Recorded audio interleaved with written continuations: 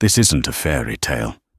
In the sun-scorched town of Dusty Creek, hope came to die, and Helen, a mail-order bride with haunted eyes, had just arrived to watch it get buried. Her intended was the man who owned the town, but her eyes were fixed on the one thing he kept in a cage. A man or a monster? They called him Grizzly, a beast feared by all.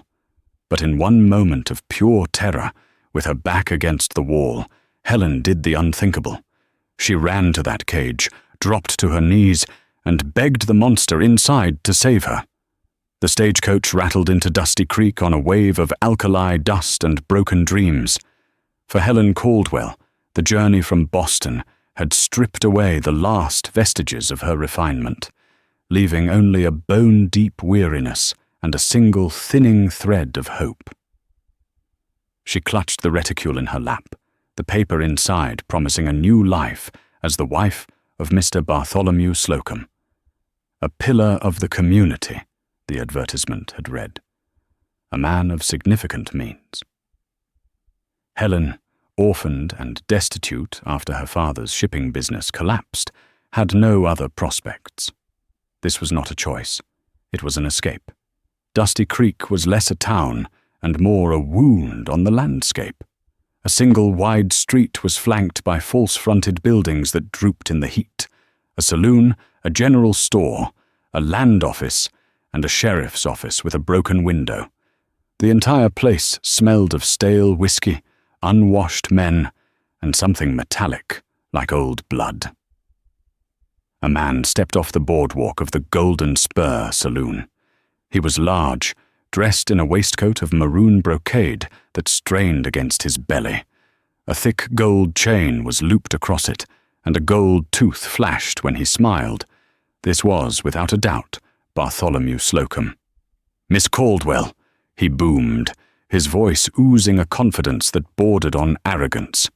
He didn't offer a hand, but instead looked her up and down, a livestock owner inspecting a new mare. "You're smaller than your photograph." "Mr. Slocum," Helen said, her voice dry. "Thank you for receiving me. I paid for you, didn't I?" he said with a short, barking laugh. He snapped his fingers. "Jed, get the lady's trunk. We'll put her in the hotel. Our wedding will be this Sunday." He looped her arm through his grip possessive, and began to steer her down the street. He was not a pillar of the community, he was the community. He pointed out his saloon, his hotel, his land office. He owned everything, including, it seemed, the doughy-faced sheriff who tipped his hat as they passed. "This," Slocum said, his voice dropping, "is how we deal with problems out here, Miss Caldwell. No need for fancy Eastern courts." He had stopped them in the middle of the street, directly across from the saloon.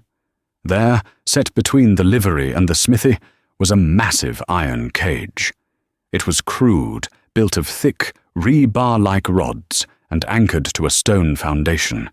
Inside, sitting on the dirt floor, was a man. Helen's breath hitched.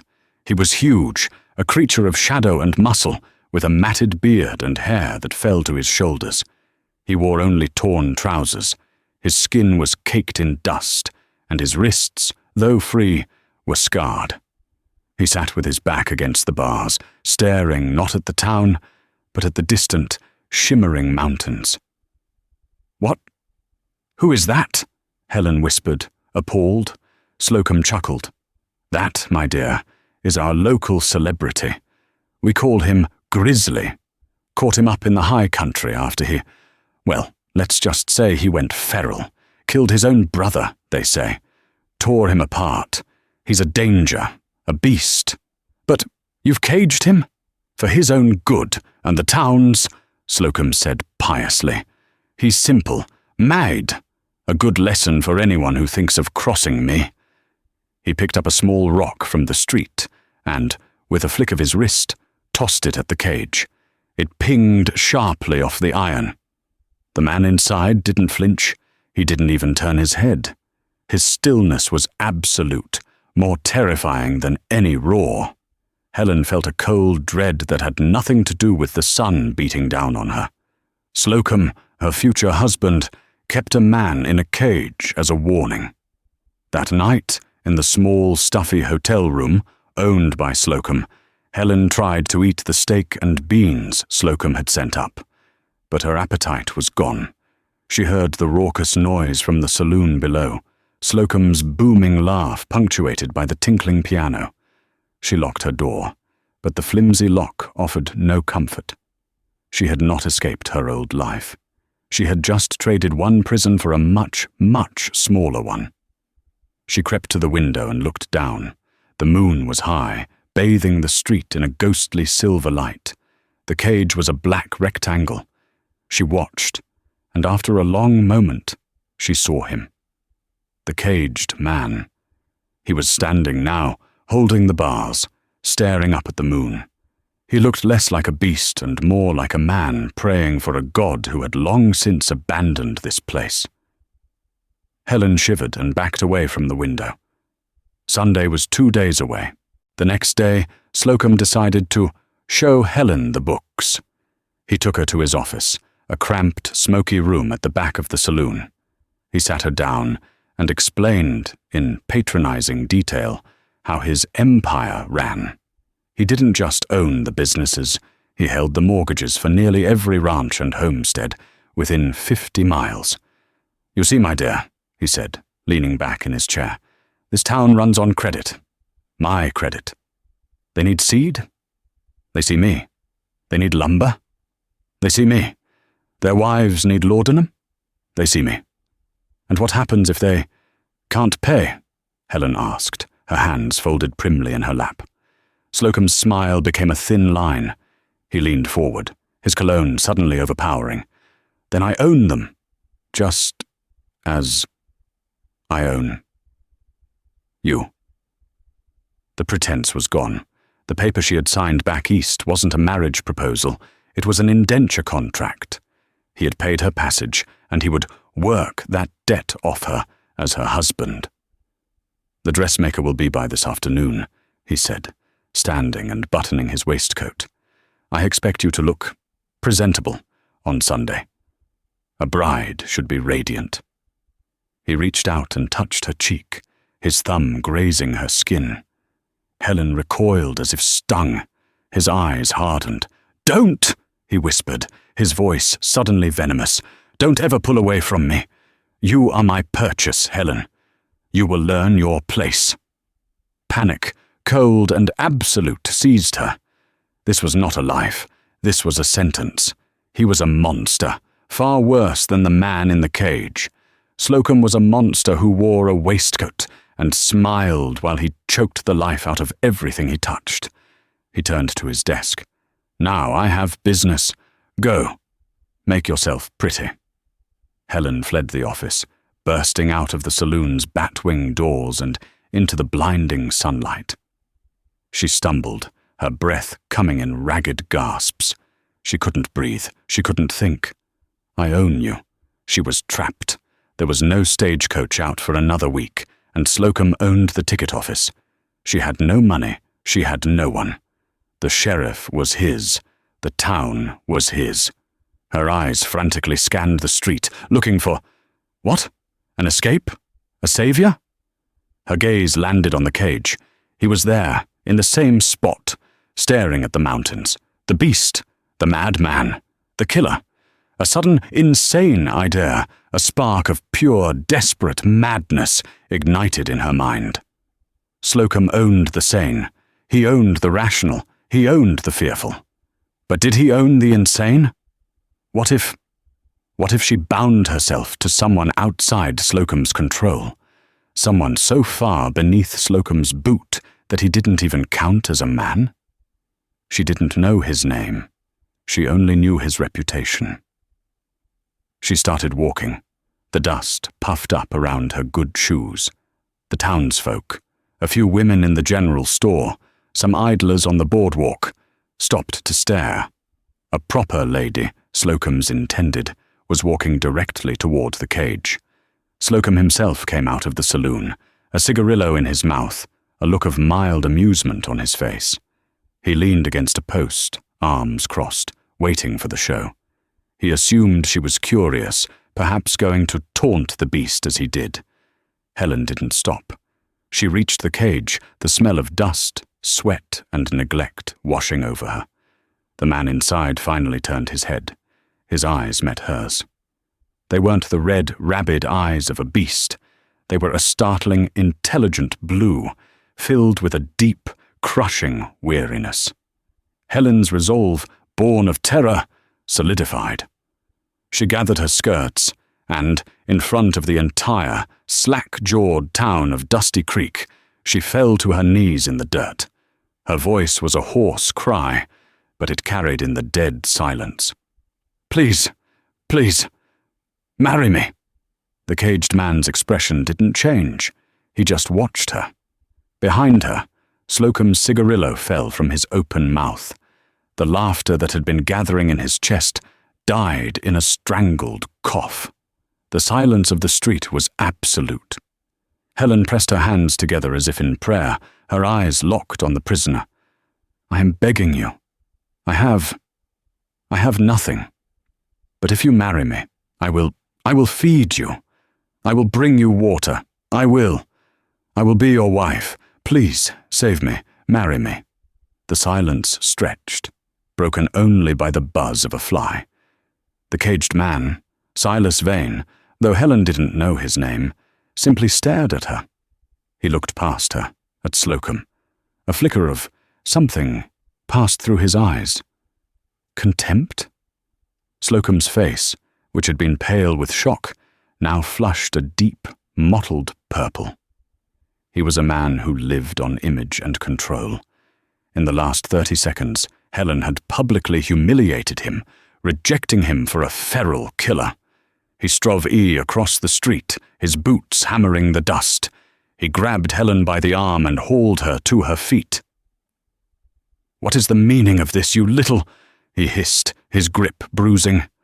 She asked me a question," a deep voice rumbled from the cage. It was the first time anyone had heard the prisoner speak in months. The voice was rusty but clear, not the grunt of an animal. Silas Vane looked at Slocum. "And I accept." The town gasped.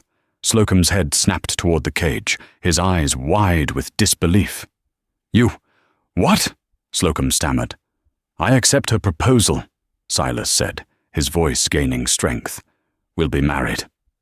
The sheer, unadulterated audacity of the moment was lost on no one. Slocum, the puppet master, had just had his strings cut by the puppet and the marionette he kept in a box. A dangerous, cruel smile slowly spread across Slocum's face. The shock faded, replaced by a dark, calculating amusement. He looked from Helen's terrified, tear-streaked face to Silas's impassive one. "A wedding," Slocum said, his voice suddenly light. "Why, that's wonderful. The town loves a wedding." He released Helen, shoving her toward the cage. "You want to marry the beast? Fine. You'll have him." He turned to the stunned crowd. "Jed, go fetch Judge Miller. Tell him I've got a bottle of his favorite whiskey if he gets here in 5 minutes. And you," he pointed to the sheriff, "you'll be the witness." This was no longer a humiliation for Slocum. It was a spectacle. He would play this out.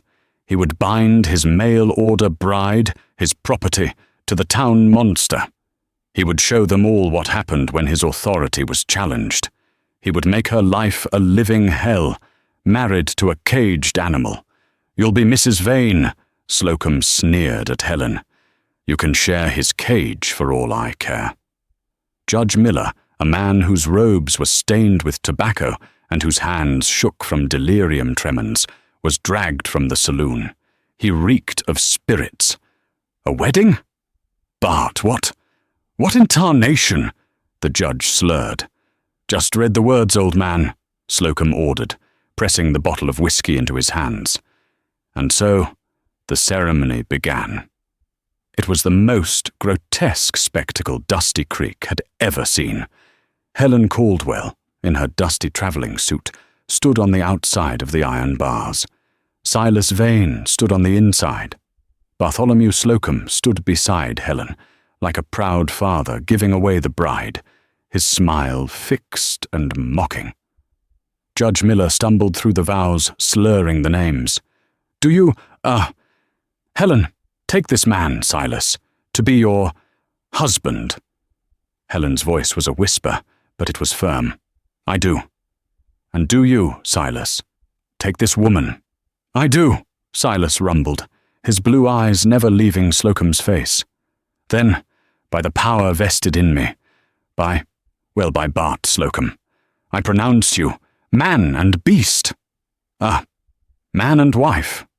You can't kiss the bride, can you?" The judge cackled and took a long pull from his bottle. The crowd, Slocum's hired hands and a few terrified townsfolk, let out a smattering of cruel laughter. "Well, wife," Slocum said, turning to Helen, "go to your husband." He made a grand, sweeping gesture toward the cage. "You are now officially Mrs. Silas Vane, the town lunatic's wife. Congratulations." He turned and strode back to his saloon, the crowd following him, eager for the free drinks he would surely provide to celebrate his generosity. Helen was left alone, in the middle of the street, as the sun began to set. She was married. She was Mrs. Vane. She was tethered to the man in the cage. She looked at her husband. He had already retreated to the back of his cage, sitting in the shadows. She approached the bars. "Mr. Vane," she whispered. He was silent. "Mr. Vane," she said again. I don't know why I did that. I am terrified of him." Still, he said nothing. He just sat, a dark lump in the growing twilight. Helen's shoulders slumped. What had she done? She had traded a gilded cage for a literal one. She was the laughing stock of the town, married to a man who might gut her if he ever got free. She sank to the ground, her back against the rough-hewn wheel of a nearby wagon, and for the first time since her father's funeral, Helen Caldwell, now Helen Vane, wept. She cried from fear, from humiliation, and from the horrifying realization that she was still, and perhaps always would be, trapped. Helen did not share his cage. Slocum, in his magnanimity, declared she could keep her room at the hotel, so she could look down upon her marital home. Her status as Mrs. Vane was a collar Slocum had placed around her neck, a constant, walking joke for the entire town. Children pointed, women whispered, the men in the saloon made lewd jokes, but Helen was not the fragile Boston belle they thought her to be. She was a survivor. She had made a bargain, and she would keep it. The day after the wedding, she walked to the general store, her head held high. The proprietor, a nervous man named Peters, refused to look her in the eye. "I need food," she said. "Slocum, he pays your bill, ma'am?" "My bill, yes," Helen said, "but I am buying this for my husband." She bought a loaf of bread, a wedge of cheese, and 2 fresh apples. She paid for it with the last of her own money, a few coins she had sewn into the hem of her dress. She walked to the cage. Silas was there, in his usual spot. She knelt, just as she had when she proposed, and pushed the food through the bars. "Mr. Vane, you must eat." He looked at the food, then at her. He didn't move. "Please," she urged. I said I would feed you. It's the only part of the vow I can keep." Slowly, agonizingly, he reached out. His hand was massive, covered in dirt and calluses, but his fingers were gentle as they took the bread. He retreated to his shadow and ate, watching her. She came every day, morning with bread, evening with a plate of stew she bought from the hotel kitchen. She brought him water from the well, finding his bucket was often dry. Slocum's men were supposed to feed him, but they clearly forgot more often than not. She sat and talked. At first, it was a one-sided conversation. She told him about Boston, about the ships, about the rain. She talked because the silence was deafening, and because Slocum's laughter from the saloon was worse. And one evening, as the sky turned purple, he spoke. "Why?" His voice was still rusty. Helen startled. "Why what? Why?" he repeated. "Did you do it? You tied yourself to a dead man." "Slocum," she began. He said he owned me. He's a vile, cruel man. I thought if I was married to someone else, anyone else, he couldn't touch you," Silas finished. "You thought the law would protect you." He let out a short, harsh laugh. "There is no law here, Helen. There is only Slocum. He calls you grisly. He says you're mad, that you killed your brother." Silas Vane moved out of the shadows. He came to the bars, close enough that she could see the intelligence in his eyes, the lines of grief etched around his mouth. He was younger than she thought, perhaps 30.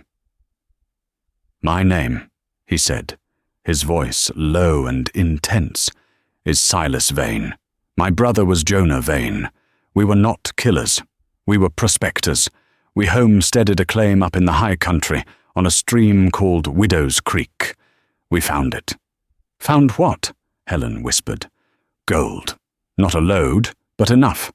Enough to build a life. We filed the claim legally in the next county, but Slocum wants the water in that creek. He wants the land. He tried to buy us out. We refused." Helen's blood ran cold. "He and his men, Jed, the sheriff, they rode up one night. They said we were squatting. Jonah tried to show them the papers. Slocum shot him in the back." Tears pricked Helen's eyes, but Silas's were dry. He was beyond tears. "They brought me back here. Slocum told the town I'd gone gold mad, that I'd murdered my own brother in a feral rage. He tore my clothes, beat me, threw me in this pen, as a warning. Anyone who homesteads, anyone who finds something Slocum wants. This is what happens." "But the sheriff," Helen breathed. "The law. Sheriff Collins is on Slocum's payroll. He was there. He held the lantern." Helen looked at her husband. This was not a beast. This was a man who had suffered an unimaginable injustice. He was a prisoner of war, and the war was for this entire valley. "Slocum has the claim papers. He has everything," Silas said. "He has the gun he used to kill my brother, probably hanging on his wall. He has the entire town in his pocket. He has me." "He doesn't have me," Helen said, a new, hard resolve in her voice. "I am your wife, Mr. Vane, and Slocum will not have me." "What can you do?"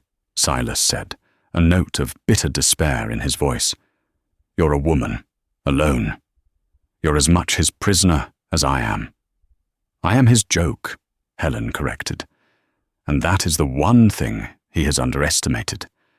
No one pays attention to the joke. No one sees the punchline coming." She stood up. "Slocum did not take our marriage seriously. He made it a mockery. He'll expect me to be a broken, weeping fool. He won't be watching me." She looked at Silas, her eyes meeting his through the bars. "He thinks he's caged a beast, but he's caged a witness, and he's just given that witness a voice." Helen's new routine was simple. She was, to all appearances, the perfect, broken wife. She tended to her husband, bringing him food and water. She endured the whispers and the pitying looks, but when she spoke to Silas, she was no longer just talking at him. They were planning. "Proof," Silas said one night, his voice a bare murmur. "Slocum is too smart to leave the papers lying around, but he's arrogant. He keeps trophies." "His office," Helen said. "I've been in there. He has a large safe behind a painting.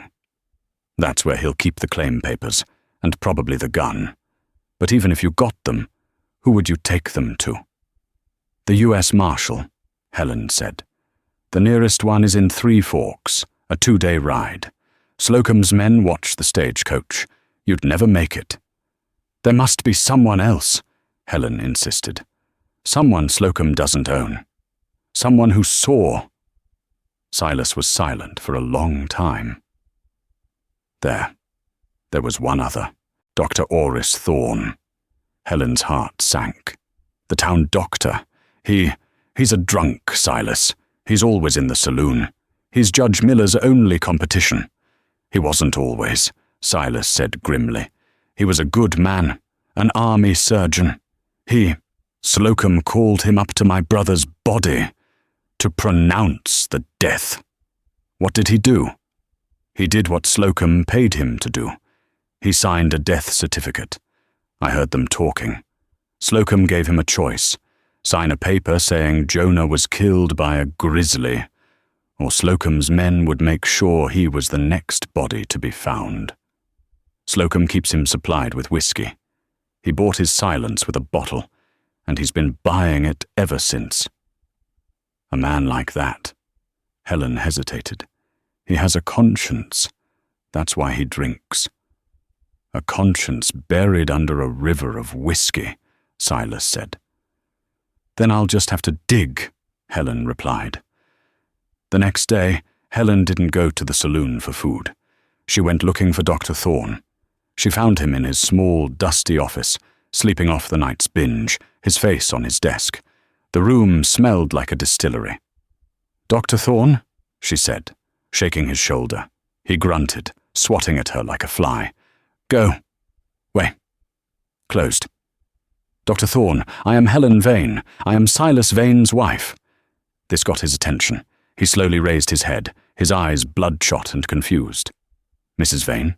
The lady who... Yes, Helen said, cutting him off. I need your help. Help? He scoffed, his voice a wet rattle. I can't help myself, girl. Look at me. I am looking at you, Helen said, her voice sharp. And I see a man who remembers. I see the man Slocum pays to forget. The color drained from Thorne's face. I don't know what you mean. Jonah Vane, Helen said, her voice dropping to a whisper. You signed the certificate. You said it was a bear. But it wasn't a bear, was it, Doctor? It was a bullet from Bart Slocum's gun. Thorne's shaking became a violent tremor. Get out, he rasped. Get out of here, he'll kill us both. He'll kill me. He's already killing you, Helen said, her voice softening. He's just doing it slowly, with a bottle. She put her hand on his trembling arm. Silas is innocent. He's my husband. He is a good man, and Slocum has him in a cage. You have the power to free him. I have no power, Thorne wept, his head falling into his hands. I'm a coward. I signed the paper. Do you still have it? Helen pressed. A copy? A ledger? Anything?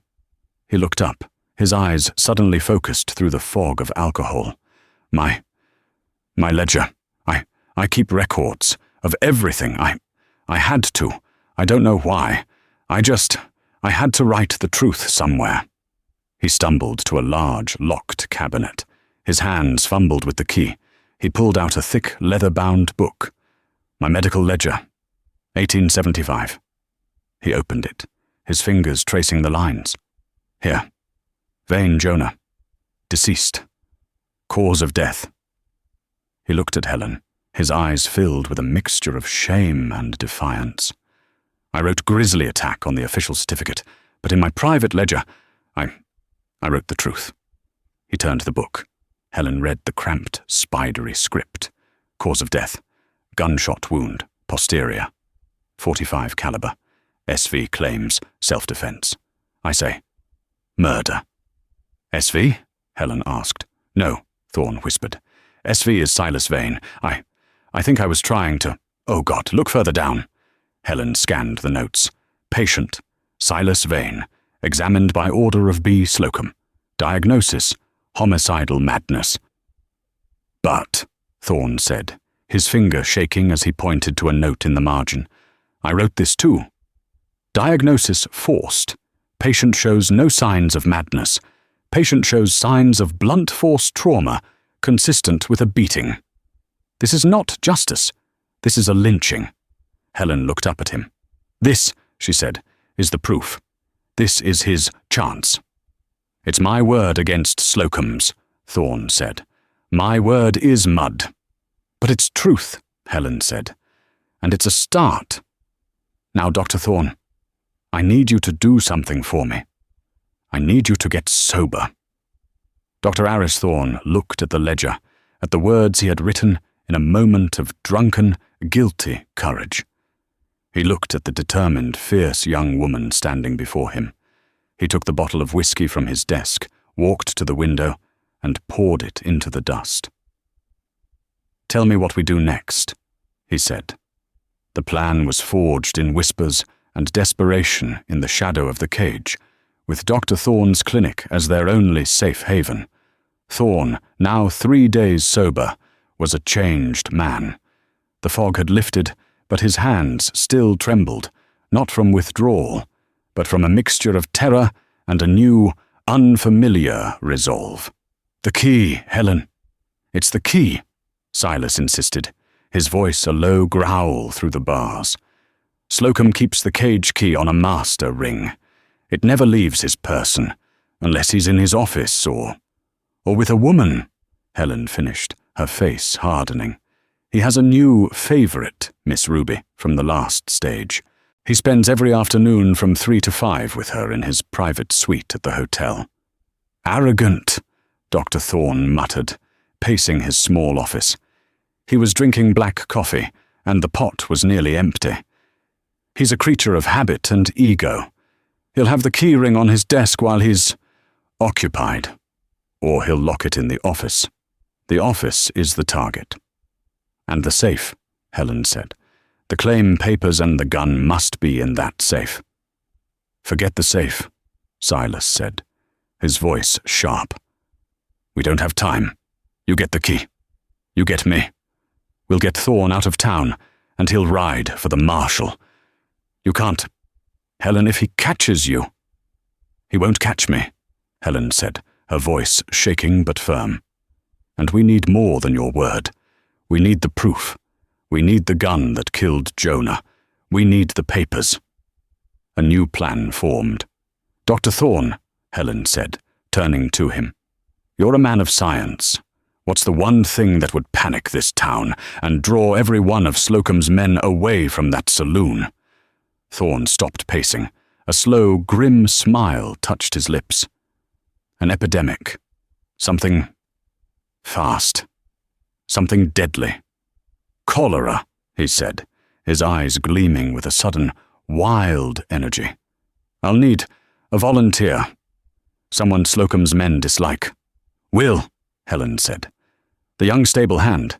Slocum had him whipped last week for losing a bet." "Perfect," Thorne said.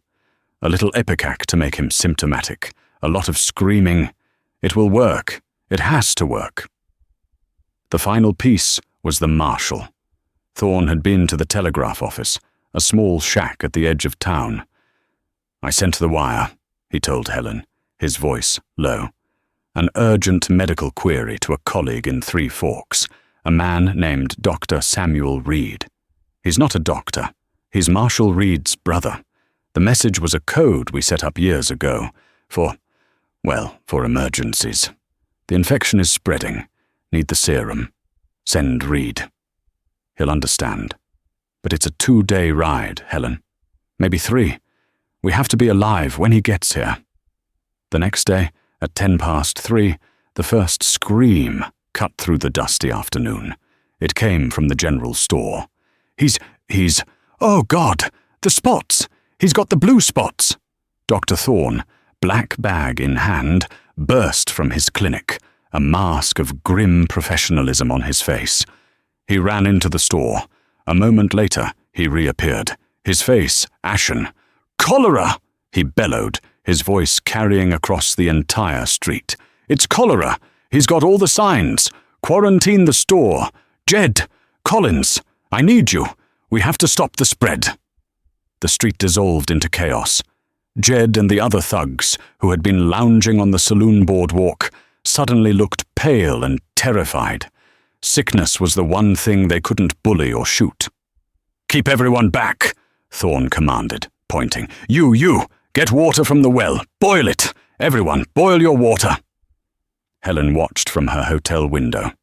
As she'd predicted, Bart Slocum appeared on his private balcony, a silk robe on, his hair mussed. He looked down at the panic, his face a mask of supreme annoyance. "Thorne, get this mess under control," he shouted. "I'm trying, Mr. Slocum," Thorne yelled back, playing his part to perfection. "But it's highly contagious," Slocum cursed, and, seeing Miss Ruby peeking out from behind him, waved a hand in dismissal and retreated back into his room, slamming the door. He was annoyed, but he was contained. This was her moment. Helen slipped out of her room, down the back stairs, and into the alley. Her heart was a drum against her ribs. The saloon, as she'd prayed, was empty. The barkeep had fled with everyone else, terrified of the plague. She crossed the sawdust-covered floor, every creak of the board sounding like a gunshot. She reached Slocum's office. The door was, as he'd told her, locked. But she had seen where the barkeep hid the spare. Under the mat. Arrogant. The key turned. The door opened. The room was quiet, smelling of stale cigar smoke, leather, and Slocum's foul cologne. She went to the desk. There it was, a heavy iron ring holding at least 24 keys. She grabbed it, her hands shaking. Which one? She ran to the window. Outside, she could see the cage, 100 yards away. She could see Silas on his feet, watching the cholera panic with an unnerving stillness. No time for the keys. She had to find the proof. She turned to the safe, hidden behind the bullfight painting. She spun the dial, praying for a miracle. Nothing. Think, Helen. Think. He keeps trophies. She went to the desk. She pulled open the drawers. Ledgers filled with names and debts. Mortgages on every ranch in the valley. A bottle of laudanum. A spare Derringer. And in the bottom, deep, a small, polished wooden box. It was locked with a tiny brass clasp. She grabbed the Derringer from the drawer above and, without a second's hesitation, used the butt to smash the lock. The wood splintered. She lifted the lid. Inside, her blood ran cold. It wasn't just a trophy box. It was a tomb of his victories. There was a small, tarnished silver locket, which she recognized as belonging to the wife of a rancher who had disappeared last spring. There was a lock of blonde hair, tied with a blue ribbon, and underneath, nestled on a bed of dark velvet, was the ivory-gripped pistol. Beside it, a stack of papers, tied with a simple string. She untied them. Her hands shook so badly she could barely read. Homestead claim, Jonah Vane and Silas Vane, and underneath it, a bill of sale transferring the entire claim to Bartholomew Slocum for the sum of $1. The signature at the bottom, Jonah Vane, was a crude, obvious forgery. She had it. She had it all. The claim, the proof of the fraud, and the murder weapon. "I am so very disappointed in you, Helen." The voice was soft, conversational, and it came from the doorway. Helen spun around, dropping the pistol onto the desk. It clattered loudly in the sudden, tomb-like silence. Bartholomew Slocum stood in the doorway, calmly buttoning his waistcoat. He was not in his hotel room. He was not with Miss Ruby. He was here.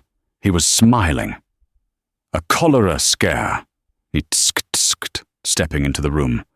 "So very theatrical. So sloppy. Dr. Thorne has been sober for 3 days. It's the talk of the town. Did you truly think I wouldn't notice? Did you think I was that stupid?" He advanced into the room, his eyes flicking to the broken box on his desk. "And you, my dear. My little Boston bird. A thief. I always knew you had a bit of larceny in your heart. Miss Ruby, he added with a dismissive wave, was my idea. She told me you were asking about my habits. I've been waiting for you. Helen, trapped, scrambled back, clutching the claim papers to her chest. You're a monster. I am a businessman, he corrected, his voice hardening, and you are a broken contract. He saw the ring of keys she had dropped on the floor. He laughed, a short, cruel bark. My spare set. How wonderful. A little test. You failed. He reached into his own waistcoat pocket and produced another, identical ring of keys. You see, my dear, the real key to the beast never leaves the zookeeper. He grabbed her arm, his fingers biting into her flesh like talons. You wanted to be with your husband. So be it. You're going to join him. You're going to watch me hang him for attempted escape, for assault, for murdering his own brother all over again. And this time, I have the perfect witness, his own wife. He dragged her out of the office, his grip unbreakable. He shoved her through the batwing doors and into the chaotic street. The cholera scare had dissipated the second Slocum's men saw him appear. Dr. Thorne was nowhere to be seen. He'd vanished, having seen Slocum enter the saloon. "Jed! Collins!" Slocum bellowed, his voice booming over the confused crowd. "Get the rope! We're having a hanging! The beast is getting restless, and his little bird wife just tried to let him out." Silas, seeing Helen in Slocum's grasp, slammed his body against the bars of the cage, a sound of pure, primal rage tearing from his throat. "Or what?" Slocum laughed, dragging Helen toward the cage. "You'll bite me? You'll go feral? No, you'll watch. You'll both watch." He threw Helen to the ground in the dust, right in front of the cage. He looked at Silas, his eyes glittering with triumph. He selected a large iron key from his ring. "Let's end this show," he sneered, and he jammed the key into the lock. The heavy iron lock clicked open with a sound that seemed to echo across the entire silent street. The chaos of the cholera scare had evaporated, replaced by the heavy, suffocating anticipation of a lynching. "Jed! Collins!" Slocum barked, his face flush with victory. "He's all yours. Get him out, and be rough. He's a wild animal, after all." Jed, the burly foreman, who had been Slocum's right hand, and Sheriff Collins, his badge a mockery of the law, unlatched the heavy iron door. They stepped inside the cage, their hands on the clubs at their belts. A third man, one of Slocum's hired guns, followed, drawing a knife. "Silas, no!" Helen screamed from the dirt, scrambling to her feet. "He's innocent. Slocum murdered Jonah. I found the proof, the forged papers, the gun." She held up the claim papers she had instinctively clutched, but Slocum, with a snarl, snatched them from her hand and threw them into the dust. "Proof is what I say it is," he spat, "and in 10 minutes, the only proof will be your husband's body swinging from the livery." He grabbed Helen by the hair, forcing her to watch. "See, this is what happens when you cross me. This is what happens when you touch what is mine." Inside the cage, the 3 men fanned out, their expressions a mix of fear and cruel anticipation. "Come on, Grizzly," Jed sneered, raising his club. "Time to— oh!" Silas Vane did not roar. He did not growl. He moved. For nearly a year, he had done nothing but watch, conserve, and wait. He had endured the taunts, the stones, the starvation. He was not a beast. He was a coiled spring of sun-baked, iron-hard muscle and pure, focused rage. Before Jed's club could even begin its descent, Silas exploded upward from his crouch. He didn't block the blow. He moved inside it. He caught Jed's wrist with one hand, shattering the bone against the iron bar, and drove the heel of his other hand into the man's throat. Jed collapsed, his club clattering, his hands clawing at his neck as he choked. The knife man lunged, aiming for Silas's gut. Silas, in a single fluid motion, spun, using the collapsed Jed as a partial shield. The knife grazed his side, but Silas barely registered it. He kicked out, his foot connecting with the man's knee. The crack of the bone was sickeningly loud, and the man went down screaming, clutching the ruined joint. Sheriff Collins, his face ashen with terror, had his pistol half drawn. "Stop! In the name of the—" Silas grabbed the sheriff by his shirt front and his gun hand, lifting the portly man clean off his feet and slamming him against the bars. The pistol flew from his grasp. "You have no name here," Silas hissed, his voice a low rumble. He didn't strike him. He simply dropped him, a sack of trembling, whimpering fear, onto the cage floor. In less than 10 seconds, it was over.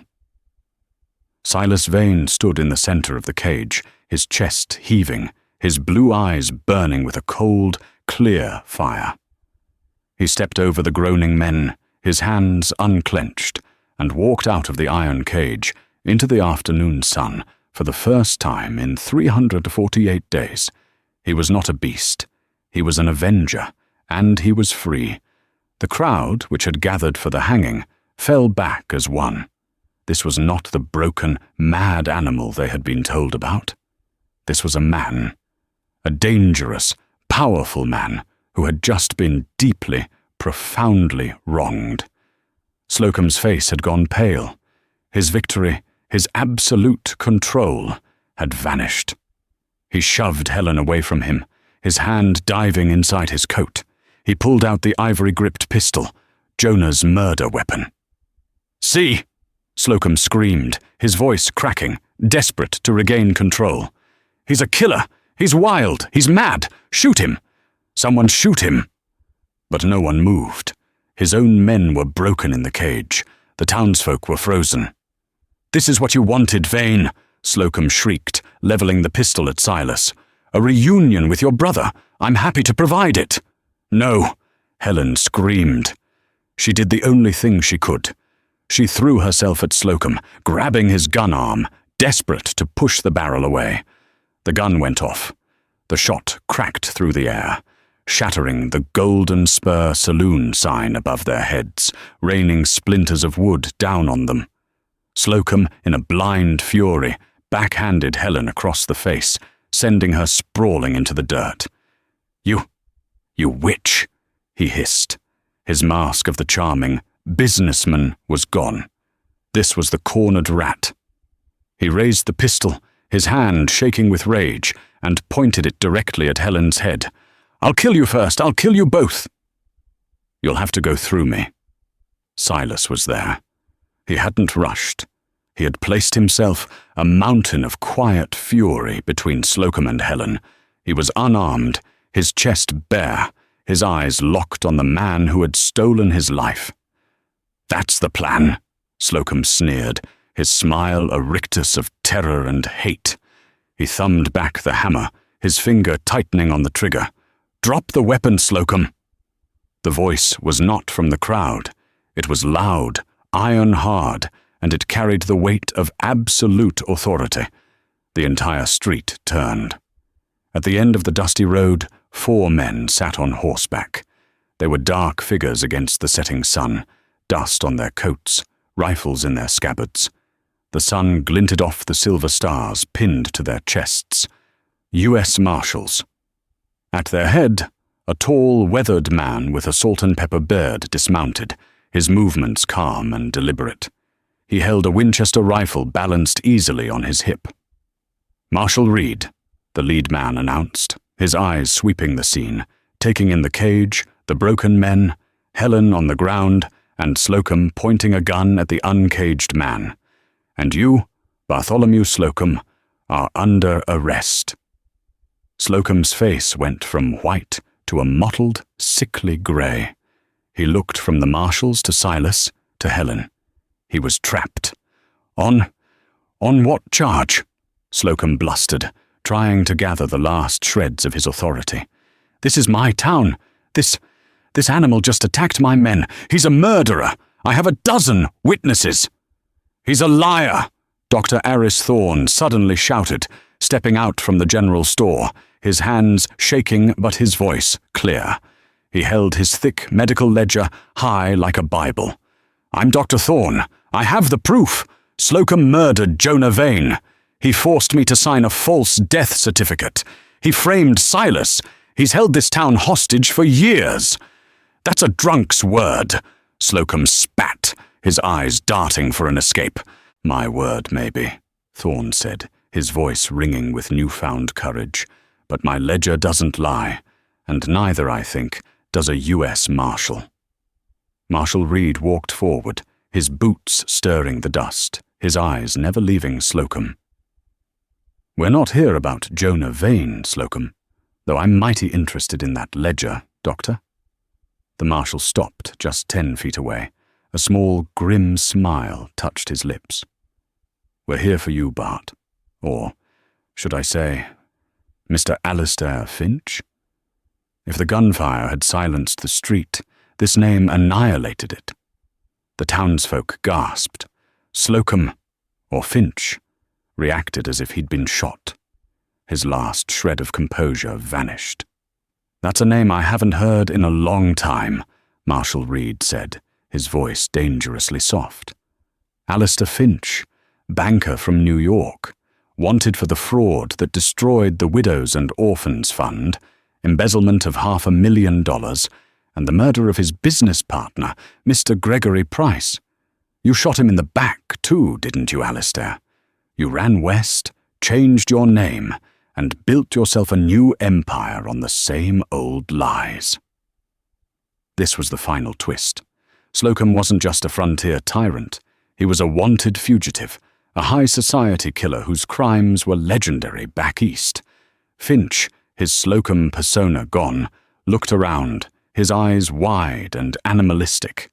He had one bullet. He was surrounded. He made his last, desperate play. "One move, Marshal!" he shrieked, grabbing Helen from the ground and yanking her up against him, using her as a shield. He pressed the cold muzzle of the ivory-gripped pistol to her temple. "One move and the girl dies! I'll do it! I swear I'll do it!" But he had forgotten about Silas. In the second that Finch's eyes had flicked to the Marshal, in the second he had gloated, Silas had moved. He didn't charge. He didn't roar. He lunged, low and fast, a blur of calculated motion. He wasn't aiming for the gun. He was aiming for the hand. He grabbed Finch's wrist, his grip an iron vice. With a sound that echoed Slocum's own cruelty, Silas twisted. The bone in Finch's forearm snapped with a wet, sickening crack. The pistol clattered, useless to the dirt. Finch howled, a high-pitched scream of pure agony, collapsing to his knees, clutching his ruined arm. Silas Vane stood over the man who had caged him, the man who had killed his brother and threatened his wife. He raised a massive, calloused fist, the power to crush Finch's life out of him in that single hand. The town held its breath. This was the beast. This was the killer. And then, slowly, his chest heaving, Silas Vane lowered his arm. He looked at the whimpering, broken man at his feet, not with rage, but with a profound, weary contempt. "He's yours, Marshal," Silas Vane said, his voice quiet. "He's not worth the dirt on my brother's grave." Marshal Reed nodded, holstering his rifle. He clapped the heavy irons on the sobbing, defeated Alistair Finch. "Mr. Finch," he said, "you're a long way from New York, and you've got a lot of folks to answer to." As the marshals dragged the former tyrant away, Silas Vane turned his back on the wreckage of his past. He walked to the woman who had been his voice, his hope, and his salvation. He gently, his hand still dirty from the cage, reached out and touched Helen's bruised cheek. His touch was so light, so careful, it was as if he were holding something priceless. Are you all right, Helen?" he asked, his voice thick with an emotion he hadn't allowed himself to feel in a year. Helen, shaking, didn't flinch. She leaned into his touch, covering his hand with her own. Tears of relief, of terror, and of a strange, fierce joy streaming down her face. "I am now, Mr. Vane," she whispered. "I am now." The reign of Bart Slocum was over.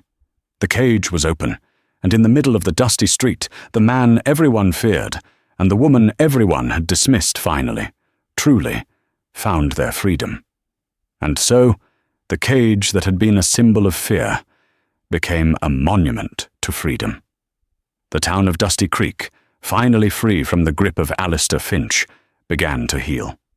Dr. Thorne, his ledger now a testament to truth, became the town's true leader, and Silas Vane, his name cleared, was given back his land, his life, and his dignity. But what of Helen? Her marriage was a mockery, performed by a drunk judge under duress. It had no legal standing. Silas took her to the homestead, the one he and his brother had built.